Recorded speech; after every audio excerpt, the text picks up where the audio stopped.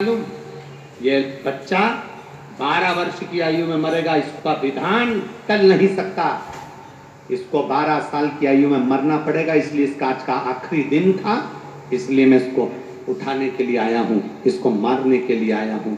शंकर भगवान तुरंत जैसे ही सुनते से ही भोलेनाथ जी ने कह दिया, विधि लिखने वाले तुम हो, विधि का निर्णय करने वाले तुम हो, पर विधि को पलटने वाला केवल दुनिया में एक है, वो देव अधिदेव महादेव है।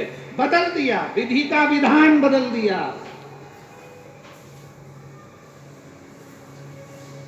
ब्रह्मा जी और भगवान शंकर, इन दोनों का आपस में तालमेल क्यों नहीं मिलता था? कारण क्या था? ब्रह्मा जी विधान लिखते थे, ब्रह्मा जी ने लिख दिया, कमलाबाई को पांव में ठोकर लगेगी। ये किसने लिखा? जम के बोलो। अब जितनी कमला बैठी हो तुम टेंशन में मत आना हो, फिर तुम चिंता कर लो। ये तो एक दृष्टांत दे रहे, एक बात बता, कमलाबाई को पांव में ठोकर लगेगी। अब कमलाबाई को दोपहर में 9 बजे ठोकर लगना है और कमलाबाई पहुंच गई सवेरे 8:45 बजे शंकर जी के मंदिर। अब शिव जी के मंदिर में चली, जल चढ़ाया, शंकर जी का चढ़ा हुआ जल कलश में लेकर आ रही थी, ठोकर लगना थी, पर साथ में क्या है उसके? शंकर जी का चढ़ा जल नहीं है। शंकर जी पर छूने के बाद जब चपटी भभूत भी कुबेर का आप लोग भजन में गाते हैं ना, चपटी भभूत में है खजाना कुबेर का।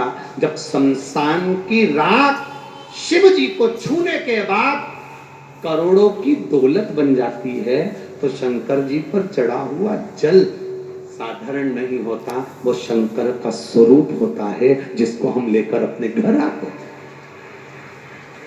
शिव का एक स्वरूप है वो। अब शंकर जी साथ चल रहे हैं, ठोकर लगेगी।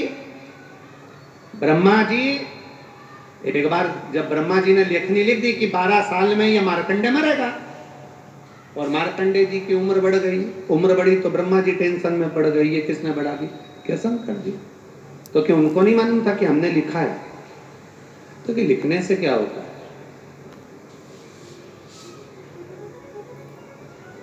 लिखने से क्या होता है?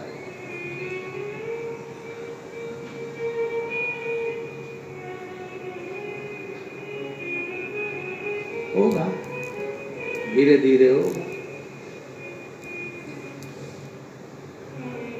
होगा, समय लगेगा। लिखने से क्या होगा? समय आएगा, हो जाएगा। अब ब्रह्मा जी ने एक पत्र लिखा भगवान विष्णु भगवान के पास में, नारायण जी के पास में, और ब्रह्मा जी ने कहा हमको नौकरी नहीं करना, हमको इस्तीफा चाहिए। अब भगवान विष्णु ने पूछा तुम इस्तीफा क्यों देना चाहते हो ब्रह्मा जी, ब्रह्मा के पद से? ब्रह्मा जी बोले जब हमारी चलती नहीं है तो हमें लेखनी लिखने से मतलब क्या? चलती तो शंकर जी की, हम लिखते हैं इनको दुख मिलेगा, और ये एक लोटा जल चढ़ाते हैं और वापस इनके पास सूखा जाता है, तो हमारा तो लिखा लिखाया फालतू जाता, तो हमको नौकरी नहीं करनी। भगवान बोले ब्रह्मा जी फालतू की बात मत करो, नौकरी करो। अब शंकर जी की तो आदत है, वो किसी को दुखी नहीं देख सकते, किसी को नहीं, किसी को नहीं। अगर दुखी देखना होता तो जो विष निकला था वो देवताओं को जाना था। शंकर जी ने विष क्यों किया? क्योंकि वो किसी को दुखी नहीं देखना चाहते। इसलिए आप चिंता मत करो, नौकरी करो। तो हम लिखते हैं कि दुख मिलेगा तो शंकर जी सुख कर देते हैं। ब्रह्मा जी अगर तुम्हें करना है तो एक काम करो, शंकर जी की जब कोई आराधना करने बैठे, शंकर जी का जब कोई कथा सुनने बैठे, शंकर जी को एक लोटा जल चढ़ाने बैठे, शंकर जी का भजन करने बैठे, शिव की स्तुति करने बैठे, ब्रह्मा जी तब तुम एक काम करो, अगर किसी का भाग्य तुमने लिख दिया है और उसका भाग्य वैसा की वैसा ही चाहते हो, तो कोई शिव कथा सुने, शंकर मंदिर जाए, शंकर को लोटा भर जल चढ़ाए, तो उसके घर में थोड़ा सा विघ्न डाल दो, जिससे वो मंदिर तक ना पहुंचे, जिससे वो कथा ना सुन पाए, जिससे वो भगवान का भजन ना कर पाए। अगर वो कथा नहीं सुन पाएगा, मंदिर नहीं जा पाएगा, भजन नहीं कर पाएगा, स्मरण नहीं कर पाएगा, शिव की स्तुति नहीं कर पाएगा, तो तुमने जो लिखा वो पक्का हो जाएगा। अगर वो मंदिर चले गया तो तुमने जो लिखा वो समाप्त हो